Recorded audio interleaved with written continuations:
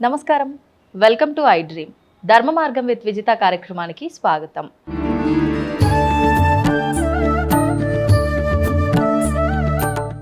ఇప్పుడమ్మ మీరు అన్నట్లు ఒక్క విషయంలో కాదు, నిజంగా ప్రతి విషయంలో ప్రతి వ్యవస్థలో చాలా చాలా చాలా మార్పు వచ్చింది.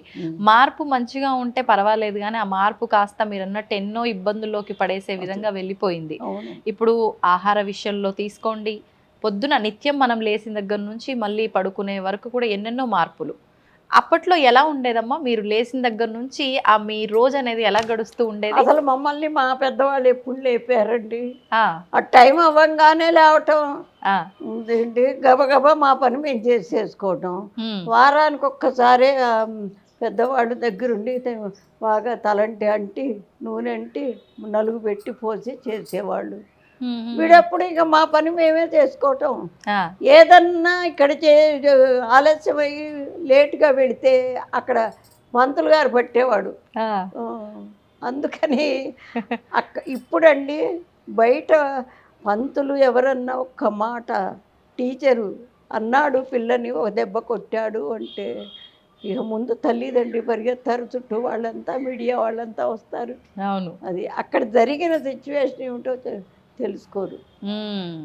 అట్లా మొదటి నుంచి హడావిడి ఎక్కువ. ఇప్పుడు అదొకటి చదువుకున్న దానికి వాళ్ళను అనుకరించే దానికి చాలా తేడా ఉంది. చదువుతున్నారు, ఎంత విజ్ఞానం ఎంత ఇది అన్నీ కనుక్కుంటున్నారు, అదే జ్ఞానం ఏది? అది లేదు. ఎంతవరకు వాస్తవం అమ్మ? చదువుకున్న వారికి జ్ఞానం వస్తుంది అనడం నిజంగా ఇప్పుడు చదువుతున్న ఈ చదువులు జ్ఞానాన్ని తెచ్చి పెడతాయా? ఏం జ్ఞానం వస్తుందో చెప్పనా?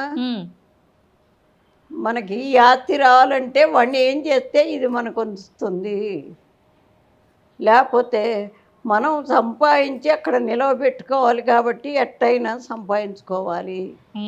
ఇట్లాంటివే తప్ప నిజాయితీగా ఉండటం చాలా తక్కువ, ఎక్కడో ఒకళ్ళు. ఆఖరికి అంటే మానవత్వంతో సాటి మనిషి కూడా నాలాగే అనే ఆ ఆలోచన విచక్షణ లేకుండా దుర్మార్గాలకు పాల్పడేది పక్కన పెట్టి భగవంతుడి ముసుగులో కూడా అన్యాయాలు చేస్తున్న వాళ్ళు కూడా ఉన్నారు కదా. అంటే ఆయన ఎదురకుండా కనపట్టలేదు కదా, అదే అనుకుంటున్నారు. ఇప్పుడు వీళ్ళు విజ్ఞానం ఏంటి? ఆ భగవంతుడే కాదండి, ఇప్పుడు మనకి రాకెట్లు కనుక్కుంటున్నారు.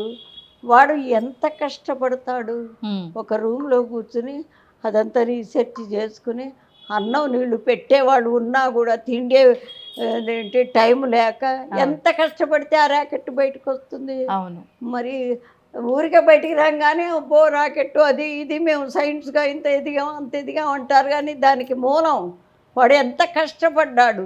అన్నం నీళ్లు లేకుండా జీవితం అంతా దాన్ని కనిపెట్టడానికే. ఆ శ్రమ ఎక్కడుంది, ఎందువల్ల ఇట్లా అవుతోంది అనేది ముందు వీళ్ళు గ్రహించుకోవాలి. ఇప్పుడు ఇంత కట్టాను అనుకోండి, అవును, నా తర్వాత అబ్బా చాలా బాగుందే ఇది అదే ఇదే అనుకుంటే ఇది ఎవరు కట్టారు, ఈ రంగులు ఇక్కడ పువ్వు చూడు ఎంత చక్కగా వేశారు, వాడి చేతిలో ఎంత కళ ఉందో అని అట్లా లోతుకెళ్ళి ఆలోచిస్తే కాస్తన్న ఒక దోమ దొరుకుతుంది. లోతుకి ఎవ్వరు వెళ్ళటల్లా. స్వతంత్రం కోసమే చూడండి, స్వాతంత్రంలో నిజంగా ఎంతమంది ఎన్ని ప్రాణాలు పోగొట్టుకున్నారు. అవును, అట్లా మరి ఇవాళ అదే మన సైనికులు సరిహద్దుల్లో గనక లేకపోతే ఏమిటి మన గతి? అవును, ఇంత ప్రశాంతంగా ఎవరింట్లో వారు ఉండేవారా? హాయిగా తింటున్నాం, హాయిగా పడుకుంటున్నాం, స్వేచ్ఛగా ఉంటున్నాం. అవును, మన అసలు మొత్తానికి ఏమిటంటే మన ఇండియన్ వివాహ వ్యవస్థని గురించే ప్రతి ఇతర దేశాల వాళ్ళకు కూడా చాలా సంతోషం అండి. మన వివాహ వ్యవస్థని దాన్ని పాడు చేసేసుకుంటున్నారు. అసలు పిచ్చిగా చెప్పాలంటే ఏ రూపాన్ని చూస్తే నువ్వు ప్రేమిస్తావా? అదే జరుగుతుంది కదమ్మా ఇప్పుడు. ఆ గుణాలు చూసుకో, మంచివాడా కాదా, ఎవరైనా కష్టపడి ఇంత పెట్టగలవాడా, పిల్లల్ని చూసుకోగలవాడా,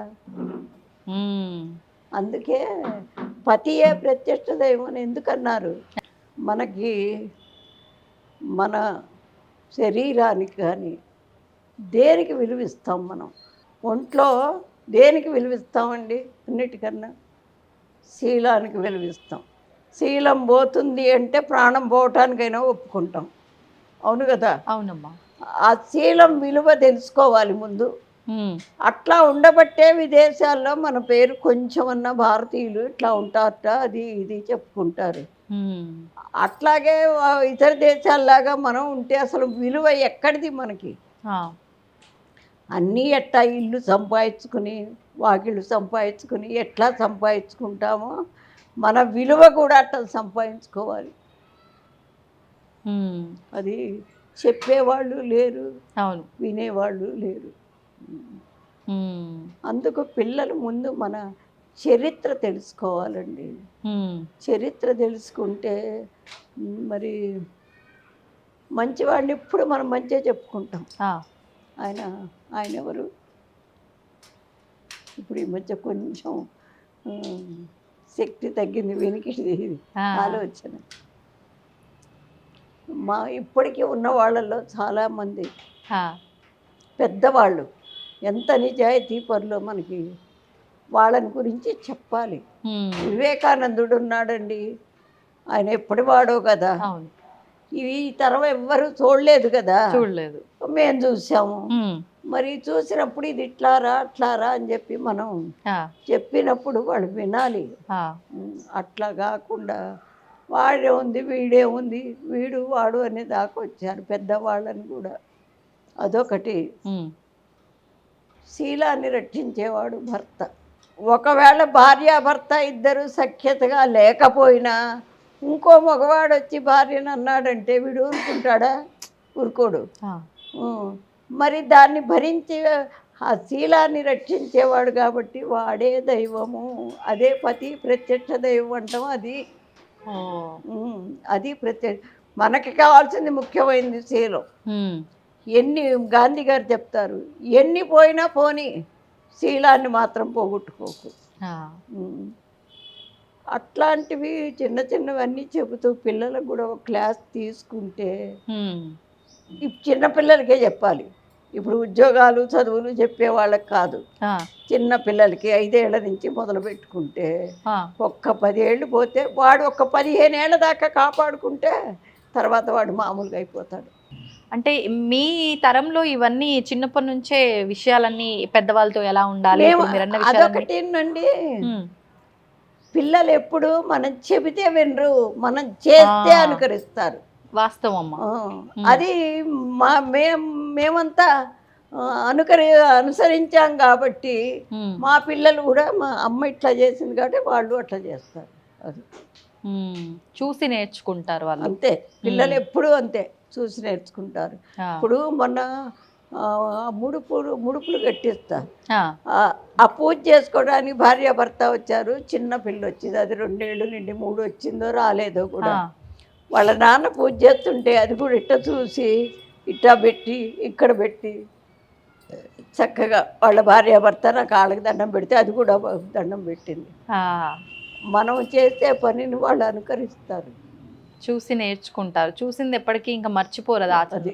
కానీ ఇప్పుడు పిల్లలు ఏదన్నా చూసి చెయ్యాలన్నా కూడా వాళ్ళు చేసే గారాబము ఒక రకంగా మీరు ఇందాక చెప్పినట్టు, ఎందుకు మేమే చాలా కష్టాలు పడ్డాము, వీళ్ళకి కూడా ఇప్పటి నుంచి ఇవన్నీ అలవాటు చేయాలా, చెప్పాలా, అవసరం లేదు అన్నట్లుగా పెద్దవాళ్ళ ఆలోచనే ఉంటుంది కదమ్మా. ఉంటుంది. ఇప్పుడు వాళ్ళు పెద్దవాళ్ళు అంటే 40-50 మిడిల్ ఏజ్ వాళ్ళు. మా ఇది 60 దాటిన వాళ్ళు ఎవరు అట్లా చెప్పరు. ఎందుకంటే మంచేదో చెడేదో వాళ్ళకి తెలుసు, వాళ్ళు కొన్ని అనుభవించారు కూడా. అవును. అందుకని సమాజం బాగుపడాలి అంటే ఫస్ట్ తల్లిదండ్రి, మరి పెద్దవాళ్ళు ఒక మాట చెప్పినప్పుడు అది నువ్వు చెప్తే నువ్వు అట్ట చెప్పవాకు అని చెప్పడానికి చాటుగా అయినా చెప్పుకోవాలి. పిల్లల ముందే నువ్వు నోరు మూసుకో, నువ్వెందుకు వాడిని అంటావు, అట్లా అంటే పిల్లలకి అసలు గౌరవమే ఉండదు. వాడు చెప్పింది వినరు. ఓకే. కానీ ప్రజెంట్ జరుగుతున్నది ఇదే. మీరు అన్నదే ప్రతి ఇంట్లో జరిగేది. అంతే. అంటే ఎవరున్నారు ఏంటి అనే విచక్షణ లేకుండా ఏది వస్తే అది అనేయటం. దానివల్ల అవతల వాళ్ళు బాధపడతారే అనే మాట వాళ్ళకి తెలియదు అసలు. ఆ. ఉమ్. అమ్మ ముడుపులు అన్నారు ఏంటి అంటే కోరికతో ముడుపులు కట్టడమా లేకపోతే ఇప్పుడు సంతానం ఉద్యోగం కోసమా? రాలేదండి. ఉమ్. అమ్మ ఉద్యోగం రావట్లేదు అదంటే గణపతి పూజ చేయించి వినాయకుడు అన్ని విఘ్నాలని తొలగించేవాడు. శాస్త్రాలు అలా చెప్తున్నాయి. ఉమ్. మరి దాన్ని మేము అనుకరించాం కాబట్టి అది మరి వినాయకుడే మన కష్టాలు తీరుస్తున్నాడు అనేది మేము నమ్ముతాం. ఆ. అట్లా అని మరి ఏంటి అమ్మవారి పేరున కట్టిస్తాను. ఉమ్. అంటే ఇప్పుడు ఎవరో ఒకడు ఒక బాధ్యత తీసుకుంటే కానీ వాడికి ఉద్యోగం రాదు కదా. అవును. అమ్మవారికి ఆ బాధ్యత అప్పచెప్పడం ఆవిడే చూస్తుంది ఇక. అంతే. అట్లాగే వచ్చినాయి, చాలా మందికి వచ్చినాయి. ఆహాహా. ఎవరైతే మనస్ఫూర్తిగా చేస్తారో ఉమ్. ఖచ్చితంగా పనులు అవుతాయమ్మా. ఓకే. మనస్ఫూర్తి కాకుండా వాళ్ళు ఏదో పెద్దవాళ్ళు చెప్పారు కదా అని చేసుకుంటే కాదు. అది కరెక్ట్ అంతే. అంటే ఇబ్బంది ఎవరిదో వాళ్ళకి నమ్మకం ఖచ్చితంగా ఉండాలి. ఉండాలి. కానీ చాలా మంది యువతలో అలాంటి నమ్మకాలు చాలా తక్కువ, భగవంతుని నమ్మటం చాలా తక్కువ. మీరు అన్నట్టు తల్లిదండ్రులు ఇక్కడికి వెళ్తే నీ కోరిక నెరవేరుతుంది అని తీసుకొచ్చే వాళ్ళే ఎక్కువ ఉంటారు అమ్మ. మరి అటువంటి వారి కోరిక నెరవేరదంటారా? వాడు దండం పెట్టుకునేప్పుడు మనసులో వాడికి అది ఉండాలి కదా. తల్లిదండ్రి ఇప్పుడు ఏదో సామెత ఉంది, చెరువు దాకా తీసుకెళ్తాం నీళ్ళు తాగమని, అది తాకపోతే మనం ఏం చేస్తాం? అవును, అట్లా. అంటే వివాహమైనా, జాబ్ అయినా, సంతానమైనా ఏదైనా కూడా మన నమ్మకంతో మనం అమ్మవారి పాదాలను పట్టుకుంటే తీరుతుంది తప్పకుండా. అందుకే శాస్త్రాలే చెప్పినాయి, భగవంతుడు ఎక్కడో లేడు, మనసులో ఉన్నాడు, నీ హృదయంలోనే ఉన్నాడు. భగవంతుడి హృదయంలోనే ఉన్నాడని నమ్మకం ఎట్లా అంటే నువ్వు నమ్మినప్పుడు నీ పనులన్నీ అయిపోతాయి. అట్లా కాకుండా అది నువ్వు సర్వాన్ని సృష్టించిన తల్లి అమ్మవారు మరి ఏంటి నీ హృదయంలో ఆవిడ ఉండే ప్లేస్ ఎలా ఉండాలి?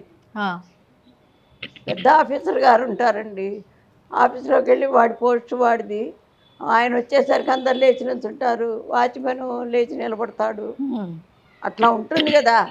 అట్లాగే ఆ సర్వాన్ని సృష్టించిన ఆవిడ ఉండటానికి ముందు హృదయం చాలా క్లీన్గా ఉండాలి, పవిత్రంగా, చాలా పవిత్రంగా. మరి ఇదేంటి ఆవిడ మన మనసులోనే ఉంది అంటే ఫస్ట్ వాడు చెడ్డ పని చేయటానికి భయపడతాడు, ఓ మార్పు వస్తుంది. అందుకని పిల్లలకి ముందు ఫస్ట్ది అబద్ధం ఆడకుండా ఉండటం, మరి ఇంకొకళ్ళకి సహాయం చేయటం, ఆ రెండు కనుకుంటే ఇంకా మంచి గుణాలు నెమ్మదిగా వస్తాయి. అది ఎవరి పిల్లల దగ్గర ఉంటల్లా. కానీ అమ్మ ఈ మధ్య కాలంలో మరి అది యుగ ప్రభావమో ఏంటో తెలియదు కానీ మనం మంచికి సహాయం చేద్దాము తోటి వారికని వెళ్తే అది రివర్స్లో మనకే ఇబ్బందిని పడేసే విధంగా అవుతోంది. మరి ఇట్లాంటి పరిస్థితుల్లో తోటి వారికి సహాయం చేయటము ఇలాంటివి ఎంతవరకు? తోటి వారికి సహాయం ఎవరు పెడితే వాళ్ళకి చేయరు, అది కూడా ఉంది.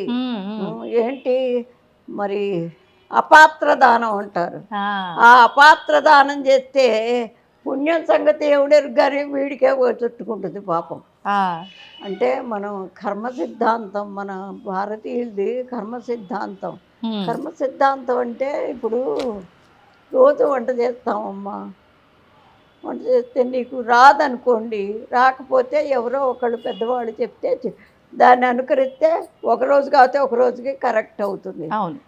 అనుకరించకపోతే ఏమవుతుంది? అది చెడిపోతుంది. అవును, అందుకని ఆ కర్మ కూడా నాయన అమ్మవారు కూడా ఏం చెప్తుంది, ఇది మంచిది ఇదోవన ఇట్లా వెళ్ళు, ఇది చెడ్డది ఇటు వెళ్ళవాకు చెప్తుంది. చెప్పినప్పుడు ఆవిడ చెప్పినా కూడా మనం వినకుండా ఇటే వెళతామంటే దీనికి వచ్చిన కష్టం, అక్కడ జరిగిన కష్టం అంతా నువ్వు అనుభవించాల్సిందే. ఆవిడేం చేయదు, అది నువ్వు అనుభవిస్తేనే అది పోతుంది. అంటే బురదలోకి వెళ్తుంటే కాళ్ళు కడుక్కో శుభ్రం చేసుకో, అట్టా చేసుకుంటేనే నీకు ఏదన్నా. లేకపోతే చెప్పినా కూడా వినకపోతే అదే కర్మ. మనం చేసిన దానికి ఫలితం ఆవిడ ఇస్తుంది. అది ఓకే, నువ్వేం చేస్తే దానికి తగ్గ ఫలితమే వస్తుంది. అంతే. Okay okay. అంటే అమ్మ మనం చేసిన దానికే ఫలితం అన్నారు, కానీ గత జన్మలో మనం చేసింది కూడా ఇప్పుడు వర్తిస్తుంది అంటారు కదా. ఇప్పుడు మనం మంచి చేసినంత మాత్రాన గత జన్మలో చేసిన ఆ చెడు అంటే ఆ పాపం అంతా తగ్గుతుంది, ఇప్పుడు చేసే మంచి వల్ల తగ్గుతుంది. కొన్నాళ్ళకి అది శుభ్రంగా తగ్గిపోతే మళ్ళీ మనం పవిత్రమై అసలు మన ప్లేస్ కాదమ్మా ఇది, మనం ఉండేది ప్లేస్ అదే. మనము చేసిన కర్మల్ని అనుభవించడానికి ఇక్కడికి వస్తాం. వచ్చేసి ఇక్కడ మంచి చేసామా ఇక అక్కడ ఉండిపోతాం పైకి వెళ్ళిపోయి. ఒకవేళ మనం చెయ్యలేదు ఇక్కడే చెడు చేసామనుకో, పోయిన తర్వాత అక్కడికి పోయినా బలాన్ని చేసావు, ఇదిగో శిక్ష, ఇన్నాళ్ళు పోయిన ముగ్గు లోకంలో బలాన్ని చేయి అని వేసేస్తారు. అసలు మనం ఇక్కడ వాళ్ళం కాదు. ధన్యవాదాలమ్మా. తవ్వండి, తవ్వుతున్న శివలింగం సరే దాన్ని అట్లా కప్పేసేయండి, చూపించదండి. Krishna is there. మూర్తి పూజ కాదు, సాక్షాత్ బ్రజేంద్ర నందన భగవాన్ ఉన్నారు మూర్తిలో. ఏమీ ఆశించకుండా ఆరాధించే వాళ్ళు కూడా ఉన్నారా ప్రభుజీ? నిజమైన భక్తి అంటే మనకు తెలియదు కాబట్టి